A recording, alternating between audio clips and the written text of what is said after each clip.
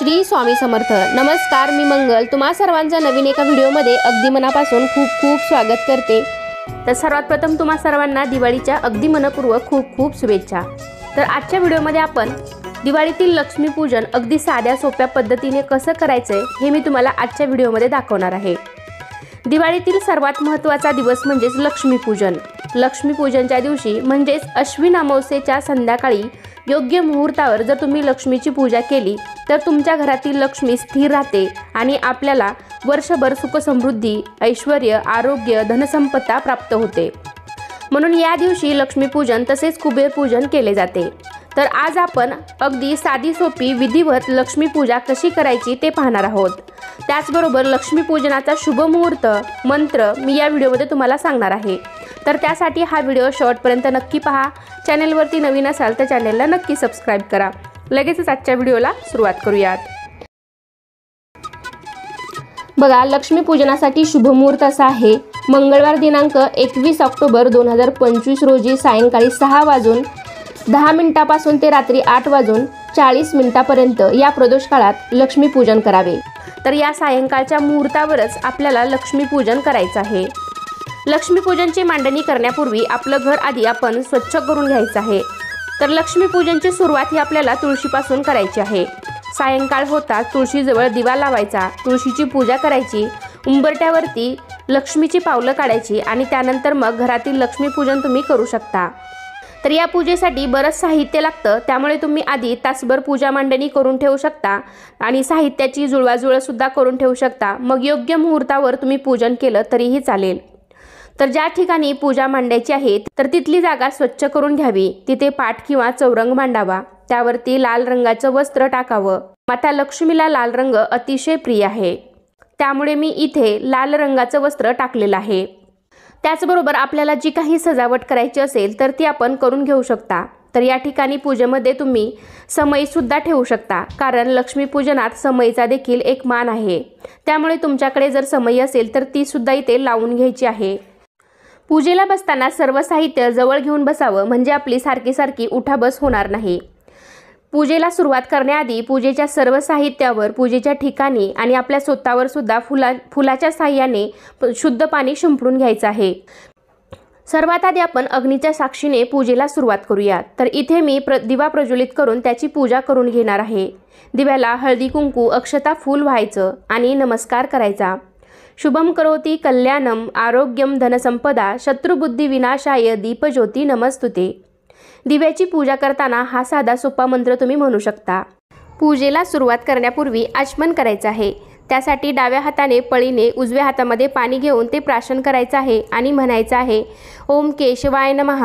दुसऱ्या वेळेस पुन्हा पाणी घेऊन ते प्यायचं आहे आणि म्हणायचं आहे ओम नारायणाय नमः। तिसऱ्या वेळेस पण पाणी प्यायचं आहे आणि म्हणायचं आहे ओम माधवाय नमः। नंतर 2 वेळेस पाणी खाली तामनात सोडायचं आहे। ओम गोविंदाय नमः, ओम विष्णवे नमः। तर इथे आपलं आचमन झालेलं आहे। त्यानंतर आपण कलश स्थापन करून घेऊया। तर लक्ष्मी मातेच्या उजव्या बाजूला आपण कलश ठेवायचा आहे। तुम्ही अष्टदल कमल काढू शकता किंवा तांदळाची रास सुद्धा ठेवू शकता, स्वस्तिक देखील काढू शकता, किंवा मग एका प्लेटमध्ये तुम्ही तांदूळ ठेवून त्यावरती कलश ठेवला तरी पण चालेल। आणि त्यावरती हळदी कुंकू वाहून आपण कलश स्थापन करून घेणार आहोत। मी या कलशावरती आधीच कुंकवाने स्वस्तिक आणि 2-2 रेषा देखील ओढून घेतलेल्या आहेत। तर त्या कलशामध्ये हळदी कुंकू, अक्षता, सुपारी, नाणं, फूल टाकायचं आहे। तर त्या कलशामध्ये विड्याची किंवा आंब्याची 5 पानं, 7 पानं किंवा आंब्याचा ढाळा तुम्ही त्यावरती ठेवायचा आहे आणि मग त्यानंतर त्या कलशावरती श्रीफळ ठेवायचं आहे। तर या ठिकाणी आपण कलश स्थापन करून घेतलेला आहे। त्यानंतर पाटावरती आधीच मी थोड्या अक्षता ठेवून महालक्ष्मीचा फोटो ठेवलेला आहे। कोणतीही पूजा करण्याआधी आपण श्री गणपती बाप्पाची पूजा करतो। तर एका तामणामध्ये आपले आराध्य दैवत गणपती बाप्पाची मूर्ती घ्यावी आणि त्यावरती स्वच्छ पाण्याने, नंतर पंचामृताने, पुन्हा स्वच्छ पाण्याने अभिषेक करावा। तुमच्याकडे गणपतीची मूर्ती नसेल तर तुम्ही सुपारी पण घेऊ शकता। अभिषेक करताना मंत्र म्हणावा वक्रतुंड महाकाय सूर्यकोटी समप्रभ निर्विघ्नं कुरु मे देव सर्वकार्येषु सर्वदा। चौरंगावरती किंवा पाटावरती थोड्या अक्षता ठेवून त्यावरती हळदी कुंकू वाहून आपण गणपतीची स्थापना करावी। तसेच तुमच्याकडे जर लक्ष्मीची मूर्ती असेल, कवड्या असतील, श्रीयंत्र असेल तर त्यासुद्धा तुम्ही या पूजेमध्ये ठेवू शकता। तर माझ्याकडे कवड्या आहेत, तर मी या कवड्यावरती सुद्धा पाण्याने पंचामृताने अभिषेक करून घेत आहे। तुमच्याकडे श्रीयंत्र असेल तर त्यावरती सुद्धा तुम्ही अभिषेक करून घ्या। सर्व मंगल मांगल्ये शिवे सर्वार्थ साधिके शरण्ये त्र्यंबके गौरी नारायणी नमस्तुते। ही पूजा करत असताना सतत आपण देवीचे नामस्मरण करायचे आहे। तर दुसऱ्या आसनावरती मी कवड्या इथे स्थापन करणार आहे। तर नेहमीप्रमाणेच थोड्या अक्षता त्यावरती ठेवून हळदी कुंकू वाहून आपण कवड्यांची स्थापना केलेली आहे। माता लक्ष्मीला कवड्या, श्रीयंत्र अत्यंत प्रिय आहे, त्यामुळे ते सुद्धा तुम्ही या पूजेमध्ये मांडायचं आहे। आणि जरी तुमच्याकडे नसेल तर तुम्ही या दिवशी नक्की खरेदी करून त्याची स्थापना करू शकता। तसेच या दिवशी लक्ष्मीसोबत कुबेर देवतेचीही पूजा केली जाते। तुमच्याकडे कुबेराची मूर्ती, फोटो असेल तर तुम्ही तो सुद्धा घेऊ शकता। नसेल तर मग कुबेराचं प्रतीक म्हणून तुम्ही एक सुपारी सुद्धा घेऊ शकता। तर माझ्याकडे कुबेराची मूर्ती किंवा फोटो नाही, तर त्यामुळे इथे मी एक सुपारी घेतलेली आहे आणि त्यावरती पाण्याने पंचामृताने अभिषेक करून त्याची देखील पूजा करायची आहे। अभिषेक करत असताना ओम श्री कुबेराय नमः, ओम श्री कुबेराय नमः या मंत्राचा जप करावा आणि पाटावरती, चौरंगावरती थोड्या अक्षता ठेवून कुबेर देवतेची स्थापना करावी। त्यानंतर पुन्हा एका तामणामध्ये मी सुपारी घेतलेली आहे। तर ही सुपारी सर्व देवांचे प्रतीक म्हणून घेतलेली आहे। यावरती सुद्धा पाण्याने पंचामृताने अभिषेक करून ती सुपारी सुद्धा आपण स्थापन करणार आहोत। तर यावेळी अभिषेक करताना आपण आपल्या कुलदेवतेचे स्मरण करायचे आहे। ओम श्री कुलदेवताय नमः हा मंत्र तुम्ही म्हणू शकता। लक्ष्मीपूजन सुरू असताना आपण आपल्या घरातील सर्व खिडक्या, दरवाजे हे उघडे ठेवायचे आहेत। तसेच लक्ष्मीपूजन सुरू असताना कोणासोबतही आर्थिक व्यवहार करू नयेत, कारण या दिवशी आपण पैशाची देखील पूजा करत असतो। त्यामुळे या दिवशी आपण सायंकाळनंतर आर्थिक व्यवहार करू नयेत। तर या ठिकाणी आपण सर्व देवी देवतांना अभिषेक करून घेतला। सर्वात आधी गणपतीची पूजा करायची। गणपतीला चंदन, हळदी कुंकू लावायचं, अक्षता व्हायच्या। त्याचबरोबर आपण ज्या कवड्या किंवा तुम्ही श्रीयंत्र घेतलेले असेल, पूजेमध्ये ठेवलेलं असेल तर त्याची देखील अशीच पूजा करून घ्यायची आहे। हळदी कुंकू, अक्षता, फुलं व्हायची। त्यानंतर धनाची देवता कुबेर यांची देखील पूजा करून घ्यायची। कुबेर देवतेला सुद्धा हळदी कुंकू, अक्षता, फूल व्हायचं। त्याचबरोबर आपण जी सर्व देवांची सुपारी घेतली होती तर त्याची देखील पूजा करून घ्यायची। चंदन, हळदी कुंकू लावायचं, अक्षता, फुलं व्हायची। सर्व देवांना अगरबत्ती, धूप, दीप ओवाळायचं आहे। तर इथे आपलं सर्व देवतांचं पूजन करून झालेलं आहे। त्यानंतर आपण पाटावरती जो माता लक्ष्मीचा फोटो ठेवलेला आहे तर त्याची देखील पूजा करून घ्यायची आहे। तुम्ही मूर्ती ठेवली असेल किंवा फोटो ठेवला असेल तरी त्याची पूजा आपल्याला करून घ्यायची आहे। पाटावरती थोड्या अक्षता ठेवून मी आधीच माता लक्ष्मीचा फोटो ठेवलेला आहे आणि फोटोवरती लाल चुनरी देखील ठेवलेली आहे। माता लक्ष्मीच्या फोटोला, मूर्तीला तुमच्याकडे फुलांचा हार असेल तर तुम्ही घालून घ्यायचा आहे। तर इथे मी वस्त्रमाळ घातलेली आहे। लक्ष्मी मातेला आपण चंदन, हळदी कुंकू लावायचं आहे, अक्षता व्हायच्या आहेत आणि शक्य असल्यास एक लाल फूल माता लक्ष्मीला अर्पण करायचं आहे। लक्ष्मी ही विष्णूशिवाय अपूर्ण आहे असं म्हटलं जातं। त्यामुळे महालक्ष्मीची पूजा केल्यानंतर आपल्याला भगवान विष्णूंचे देखील स्मरण करायचं आहे। महालक्ष्मीची पूजा झाल्यानंतर आपल्याला ओम नमो भगवते वासुदेवाय नमः, ओम नमो भगवते वासुदेवाय नमः हा मंत्र सुद्धा 11 वेळा म्हणायचा आहे। कारण जिथे भगवान विष्णूची पूजा केली जाते, सेवा केली जाते, तिथे माता लक्ष्मी प्रसन्न होते। त्यामुळे हा मंत्र आपल्याला या दिवशी म्हणायचा आहे। महालक्ष्मीची पूजा झाल्यानंतर आपण जो कलश मांडला होता तर त्या कलशाची देखील पूजा करून घ्यायची आहे। कलशाला हळदी कुंकू लावून अक्षता, फूल व्हायचं आहे। तसेच कवड्यांची, श्रीयंत्र असेल तर श्रीयंत्राची सुद्धा या तुम्ही पूजेमध्ये मांडणी करून त्याची पूजा करायची आहे। पिवळ्या कवड्या या माता लक्ष्मीला अत्यंत प्रिय आहेत। कवड्या या लक्ष्मीकारक असतात, त्यामुळे आपण कवड्यांची देखील इथे पूजा केलेली आहे। तसेच या दिवशी धान्यांच्या राशीची देखील पूजा केली जाते। तर इथे मी समोरच थोडे अक्षता ठेवून त्यावरती तुमच्याकडे सुगड असतील तर तुम्ही सुगडही ठेवू शकता। कारण लक्ष्मी म्हणजे केवळ पैसा अडका नसून सोने, नाणे, संपत्ती, संतती, धान्य, गुरे, वासरे हे सर्व लक्ष्मी समजलं जातं। त्यामुळे आपण धान्याची देखील या दिवशी पूजा करायची असते। तर या ठिकाणी मी एका वाटीमध्ये नाणी, एका वाटीमध्ये लाह्या, तसेच बत्ताशे असतील तर तुम्ही बत्ताशे सुद्धा या पूजेमध्ये ठेवायचे आहेत। तसेच एका वाटीमध्ये धने हे आवर्जून या पूजेमध्ये ठेवायचे आहेत। तसेच जे तुमच्या घरामध्ये धान्य असेल, गहू, ज्वारी, तांदूळ हे सुद्धा तुम्ही या पूजेमध्ये किंवा एका वाटीमध्ये घालून तुम्ही अशा वाट्या किंवा सुगड मांडू शकता। तर या दिवशी या धान्याला सुद्धा खूप महत्त्व असतं, त्यामुळे तुम्ही या दिवशी या धान्यांची सुद्धा पूजा करायची आहे। हे धान्य तर आपल्याला या पूजेमध्ये मांडायचंच आहे, पण सर्वात महत्त्वाचं आहे म्हणजे ते या पूजेमध्ये धने। तर या दिवशी या धन्याला खूप महत्त्व असतं, त्यामुळे आपण या दिवशी हे धने अवश्य पूजेमध्ये ठेवायचेच आहेत।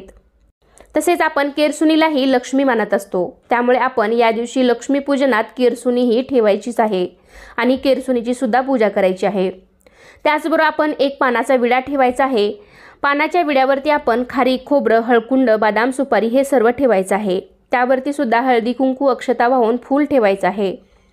त्याचबरोबर लक्ष्मी ही धनदेवता असल्यामुळे या दिवशी आपण पैशाची, सोन्याची, आपल्याकडे जे काही पासबुक असेल, ATM कार्ड असतील तर त्यांची देखील या दिवशी पूजा करून घ्यायची आहे। आपली वर्षभराची हिशोबाची वही असेल तर त्याची देखील या दिवशी पूजा करावी। या सर्व गोष्टींवरती, या वस्तूंवरती हळदी, कुंकू, अक्षता, फुलं व्हायची आहेत। ही सर्व पूजा आपण अगदी मनोभावे करायची आहे। तर या दिवशी आपण घरामध्ये कोणतेही वादविवाद, भांडणं, कटकटी अशा गोष्टी करू नयेत। तर मी या ठिकाणी सर्व दागिन्यांची, पैशाची पूजा करून घेतली। तसेच आपण केरसुणीची देखील हळदी, कुंकू, अक्षता, फूल वाहून पूजा करायची आहे। या लक्ष्मी पूजनामध्ये केरसुणी ही अत्यंत महत्त्वाची आहे, त्यामुळे तुम्ही छोटी केरसुणी मिळाली तर अवश्य घ्या, मात्र याची पूजा आपल्याला या दिवशी करायचीच असते। सर्वात शेवटी आपण नैवेद्य दाखवायचा आहे। तर भरीव पाण्याचा चौकोन करून आपण त्यावरती नैवेद्य ठेवणार आहोत। तुमच्याकडे घरामध्ये जो काही दिवाळीसाठी फराळ बनलेला असेल तो तुम्ही इथे ठेवून घ्यायचा आहे। तसेच वेगवेगळ्या प्रकारची मिठाई सुद्धा तुम्ही या पूजेमध्ये ठेवू शकता। या पूजेमध्ये फळे सुद्धा ठेवायची आहेत। अनेक ठिकाणी पुरणपोळीचा नैवेद्य सुद्धा केला जातो, तर तुमच्याकडे बनत असेल पुरणपोळीचा नैवेद्य तर तुम्ही तो सुद्धा या दिवशी माता लक्ष्मीला अवश्य पुरणपोळीचा नैवेद्य सुद्धा दाखवायचा आहे। तर नैवेद्याभोवती 3 वेळा पाणी फिरून घ्यावे। नैवेद्यम समर्पयामी, नैवेद्यम समर्पयामी। तसेच सर्वात महत्त्वाची गोष्ट म्हणजे आपल्याला या पूजेमध्ये धने देखील पूजवून घ्यायचे आहेत। तर एका वाटीमध्ये मी इथे थोडेसे धने घेतलेले आहेत आणि त्याची देखील आपल्याला या पूजेमध्ये पूजा करून घ्यायची आहे। तुम्ही हे धने बोळक्यामध्ये किंवा सुगडामध्ये घेऊ शकता। तर मी या ठिकाणी एका वाटीमध्ये हे धने ठेवलेले आहेत। तर या धन्याची सुद्धा हळदी, कुंकू, अक्षता, फुलं वाहून पूजा करायची आहे। आणि त्यानंतर हे सर्व धने आपण ज्या ज्या वस्तू या पूजेमध्ये मांडलेल्या आहेत त्या सर्वांवरती हे धने थोडे थोडे व्हायचे आहेत। सर्व देवाला आपण हे धने व्हायचे आहेत।